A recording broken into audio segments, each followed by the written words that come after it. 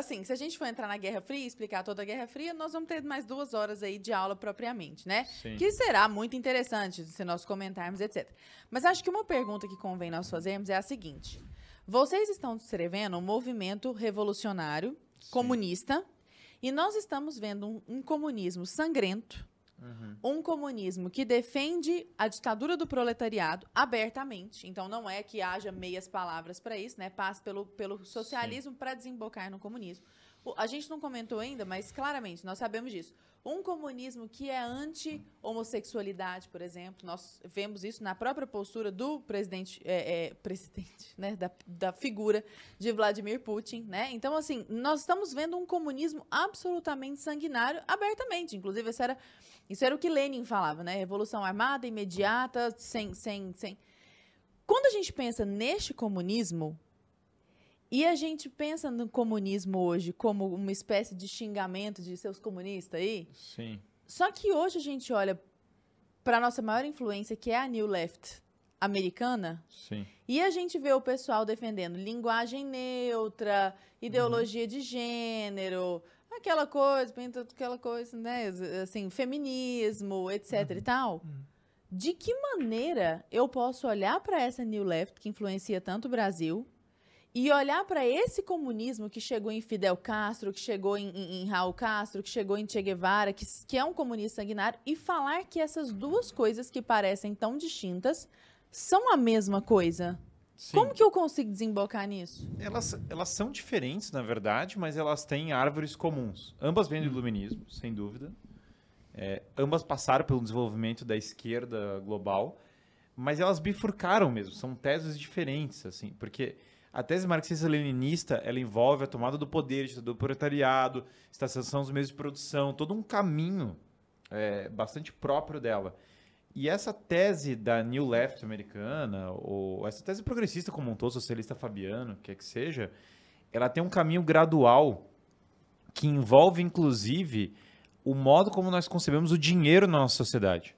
Porque isso é bem importante entender, para entender também por que os americanos se viam tão naturalmente como aliados dos soviéticos e depois começaram a se ver menos. Os americanos tinham uma pauta muito forte na Segunda Guerra, que era a ONU e a mudança do sistema financeiro. Que basicamente a Conferência de Bretton Woods e a criação da ONU. Essas eram duas coisas muito importantes. A criação da ONU, que já era da época do Woodrow Wilson, já era da época da Primeira Guerra Mundial, que seria uma espécie de estrutura governamental mundial. Inclusive, a ONU fica em Nova York. Inclusive, eu fui lá, passei 2 semanas na ONU, imerso, fui falar lá sobre família na ONU. Você foi na ONU discursando? Sim, fui discursando na ONU, fiquei 2 semanas bastante imerso na...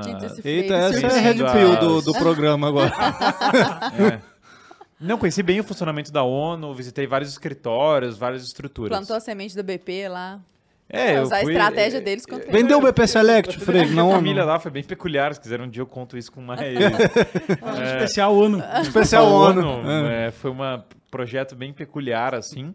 Mas a ONU é uma parte importante dessa linha mais progressista, que vai por essa via mais da mudança cultural, sempre foi assim. Essa via também progressista, ela tem uma relação ambígua com esse lado marxista-leninista. Por hora ela se vê como um grande aliado e fala, nossa, esses são meus amigos.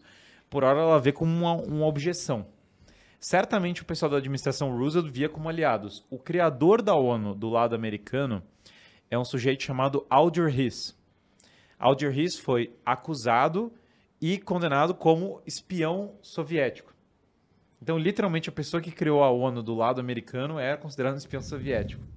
Ao mesmo tempo, a defesa do Alger Hiss é muito engraçada. Porque quando pediram para ele, se defenda então, você é um espião soviético, ele falou, não, eu só fiz o que meus superiores pediram para fazer. O que já mostra a extensão da situação.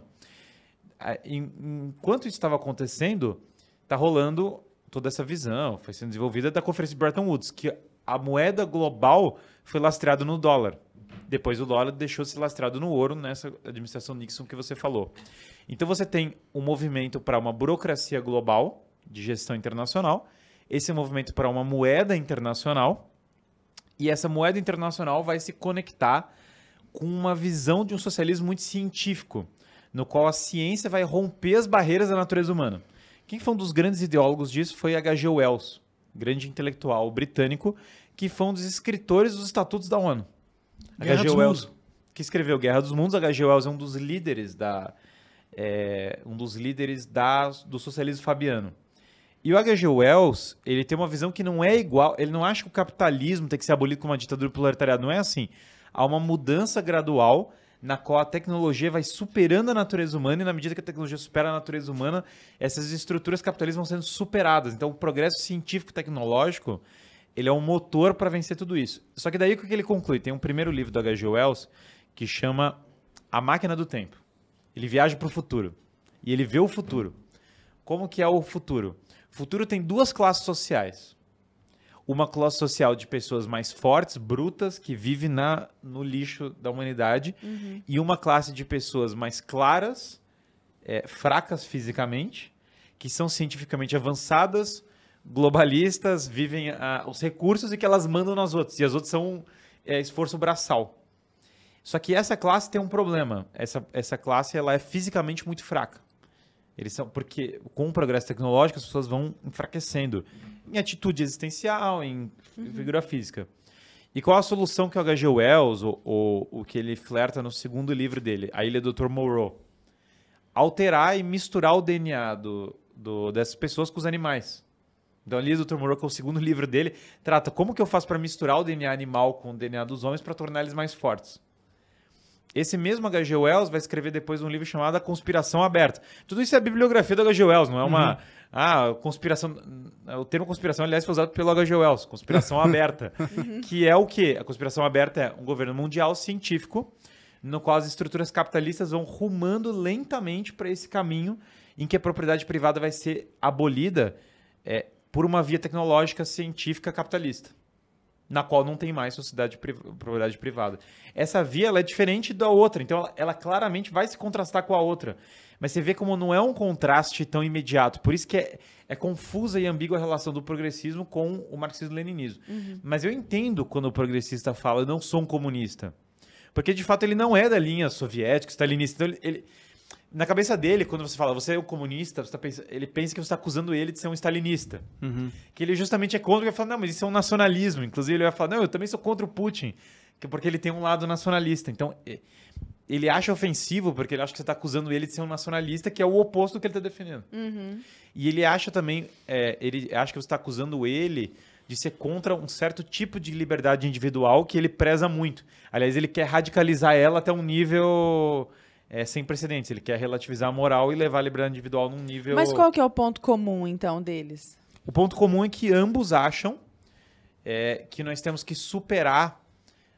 Ambos são deterritorializantes, para usar um termo do marxismo francês. Tem essa linha marxista, que é tem um livro muito interessante que se chama Esquizofrenia e Capitalismo, do Deleuze e Guattari, que ele fala que você tem essa territorialização. O que é territorialização? Está vinculado a algo.